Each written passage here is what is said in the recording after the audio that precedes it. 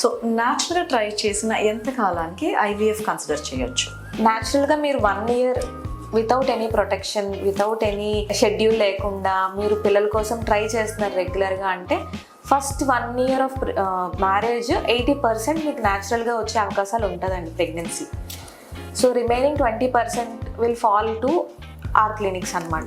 Okay, అంటే 1 yearలో మాకు 80% వరకు రాలేదు, 1 year ట్రై చేసాము అని వస్తారు. సో ఆఫ్టర్ 1 year మీకు పిల్లలు పుట్టట్లేదు అంటే definitely you have to seek help.